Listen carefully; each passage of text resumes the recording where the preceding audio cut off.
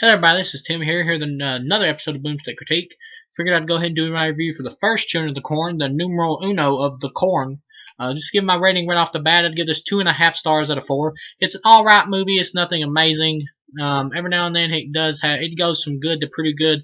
Never really reaches great territory. The beginning of the movie is the most action-packed. You get the scene where all the kids kill all the adults in the town. Pretty cool scene. You get a little bit of good graphic violence, but it's got a great intense vibe to it. This is not a very overly graphic movie. It actually is mostly suspense, really. Most of the people get poisoned in this diner.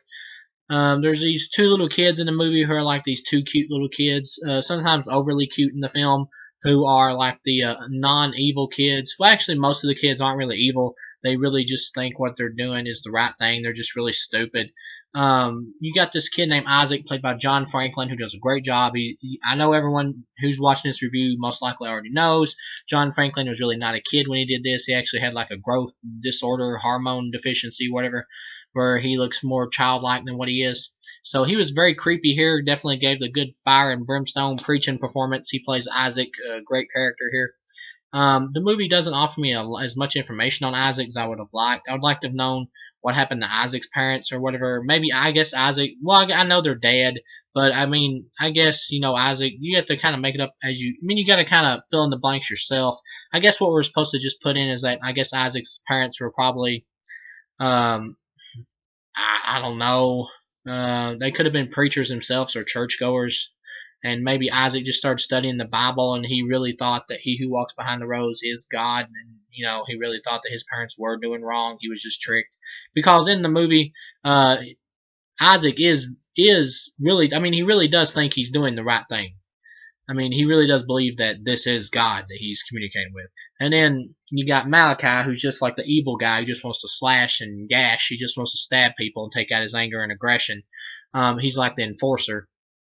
Who disagrees with Isaac's ways because he just wants to stab the hell out of people, whereas Isaac wants to go by what he believes is God. So, that's the little dichotomy they have going there in the film. So, yeah, unlike Isaac, I don't even believe Malachi even really cares about he who walks behind the rose. He just wants an excuse to stab people, really. But then you got these characters, Bert and Vicky, in the film, played by Peter Horton and Linda Hamilton. Everybody knows who Linda Hamilton is. If you don't, she's from Terminator. Peter Horton, I don't think I've ever seen this guy in anything other than this movie. The basic problems with the film is there's too many cutesy moments or one too many cutesy moments for the little cute kids, and the whole like how these kids became this cult or how they got into it is not really. The cult's not really like fleshed out enough. Like there's plot holes here, obviously. Like all these parents or adults are killed in this town.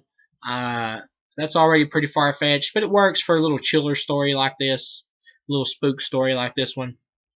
But these people obviously have relatives all out in the world in other towns and everything, and you're telling me that none of them ever wondered what the hell happened to their family members? That's kind of weird. That makes no sense. Another thing is that kids will, maybe little kids, but most teenagers, even in a really Bible Belt, I guess, type town, are not really excited to throw away all their TVs and games and join up with a midget in a cornfield. It's hard to swallow that teenagers would be bought into being led by a little midget dude, no matter how creepy he is. Which, in the movie, Malachi, of course, betrays him and tries to take over as the new leader. And that makes sense because no teenager, no matter how creepy some little dude is, or I guess they really believe he has the power of God on his side, so that's why they're all obeying Isaac. But still, eventually a teenager will just quit listening to somebody, a younger boy like this. They just won't take orders from him forever. It's the rebellion thing. It just wouldn't happen. So the movie makes sense in that way, that Malachi would just stop caring about what Isaac says and wouldn't want to listen to him as an authority figure anymore. So that makes sense. Other problems in this film, you get the stupidest behavior of the boyfriend in the film, Peter Horton, Bert, and then Linda Hamilton's character is Vicky. You get the stupidest behavior ever, where he's in this spooky ass town. There's corn stalks and leaves everywhere, crazy shit wrote on everything, every building or every wall or whatever. in the town, and he's just like, "Here, honey, you stay here in this abandoned house while I go search." I'm like, "Whoa, good move there, Bert. Sure this won't lead to no problems." Stupid crap like that. Other stuff, the movie just gets kind of boring and dull around the middle part because this is a short story, a Stephen King short story. The short story is good. I've read it. It's good. It's not great. It's not anything amazing, but it is good. It works as like a little short, like spook story, little chiller short story. But when you stretch it out into a movie, it becomes really annoying because they try to pad and give the characters other stuff to do, but it's not stuff that really feels like it needs to be there. So it ultimately makes the film feel slightly boring. And then when you get to the end, you don't really even see He Who Walks Behind the Rose. He doesn't even really appear. You get Isaac gets sacrificed to He Who Walks Behind the Rose in the cornfield. And he like gets covered in like this red gelatin looking glow shit and just flies up in the air on a cross, and it's just really stupid. Scene is it's just dumb.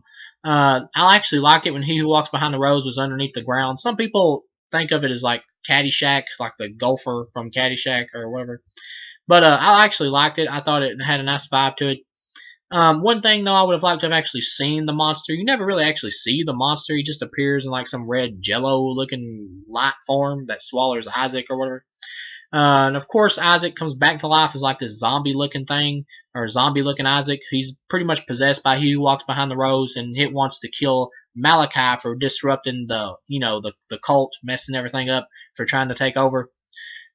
So I actually really like this scene where Isaac grabs Malachi and by the neck, and he's like, "He wants you too, Malachi." He friggin' snaps Courtney Gaines' neck. Courtney Gaines is the actor that plays Malachi, and yeah, John Franklin plays Isaac.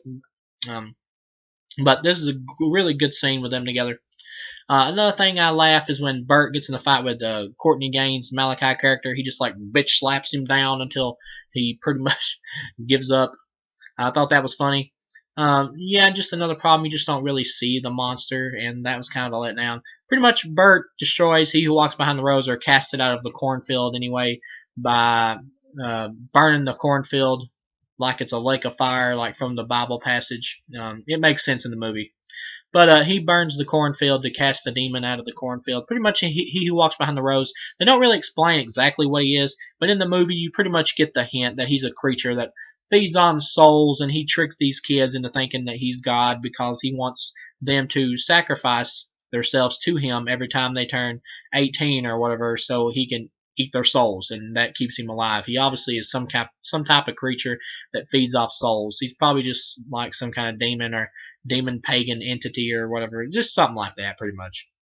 But he just feeds off souls. It definitely reminds me of an old school pagan god from from pagan beliefs or whatever. It reminds me of a creature like that. So they pretty much cast the demon out of the corn. I don't really know what the hell happened to Isaac. I mean, he just kind of disappears. He's choking Malachi, breaks his neck, kills him, and then he disappears, and then Bert and Vicky burn the cornfield, and you're just supposed to, I guess, presume Isaac died in the cornfield when it was on fire. I mean, he's kind of already dead. He's just possessed, but still it makes you think, what the hell happened to him? Why didn't he start chasing Bert and Vicky or something? I mean, I don't know. He just kind of disappears. But anyway, so they burn the cornfield, cast the demon out. And then I like this little ending jump scare here. You think everything's okay, and Bert's like in the vehicle getting the map, and behind him like this pregnant chick like pops up, and she's like, "Interloper!" and she's getting ready to hack the shit out of him with one of them corn sickles, and he dodges it, and Linda Hamilton takes like the car door and friggin' slams it into the chick's face and knocks her out cold. I love that. But then this really like cheesy, stupid like last ending scene where it just pops up on the screen and goes, "The end." That was kind of stupid.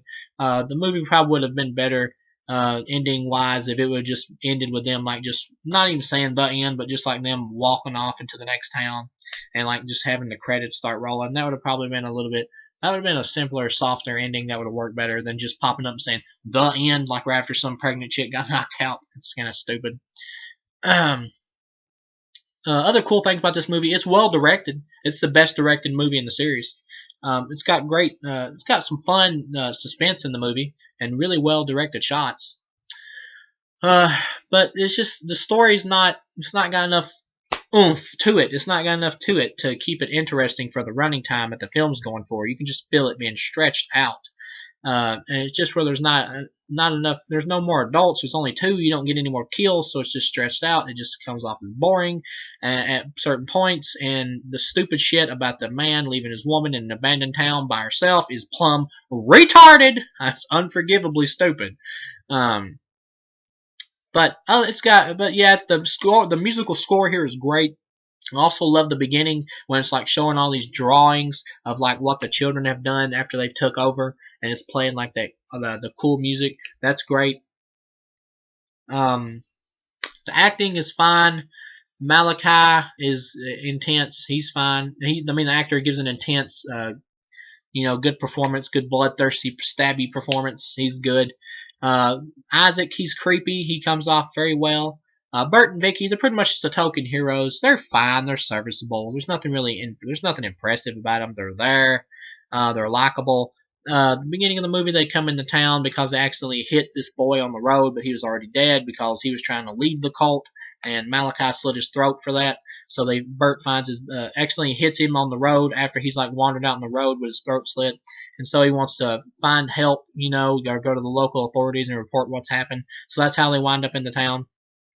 Another problem with the movie is that towards the end of the movie, when Bert is like talking to all these kids, he's like, "Your religion is false. It's a lie. Any religion without love and compassion is a lie." And then the kids are like looking at each other like, maybe we did make a mistake. I'm like, see, there's problems like that in the movie. It's that it took all these killings all the way up till now for these kids to suddenly think, maybe this wasn't such a good idea. I'm like, no shiz.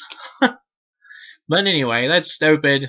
Yeah, all in all, alright movie though. It's got a creepy atmosphere about it, but this is a story, at least the short story, would work much better. It's just like a small episode of a horror television show, or like a anthology film. It would work really good in that.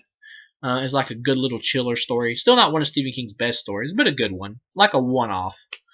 So yeah, all in all, for Children of the Corn 1, I'd give it 2.5 stars. It's been my second favorite so far out of the 4 movies I've reviewed, counting this one. Part 3 is better. Part 3 is not better written than this, but it's more entertaining. There's more to Part 3. There's more fun in Part 3.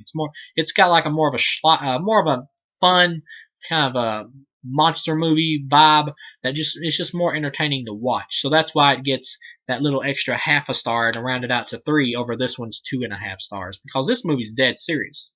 So it's not as much fun when it gets to the boring moments, unlike Part 3, who spends more time trying to be fun with over the top violence. So yeah, all in all for this one, I'd give it 2.5. It's an alright movie. This is a movie that could benefit from a remake.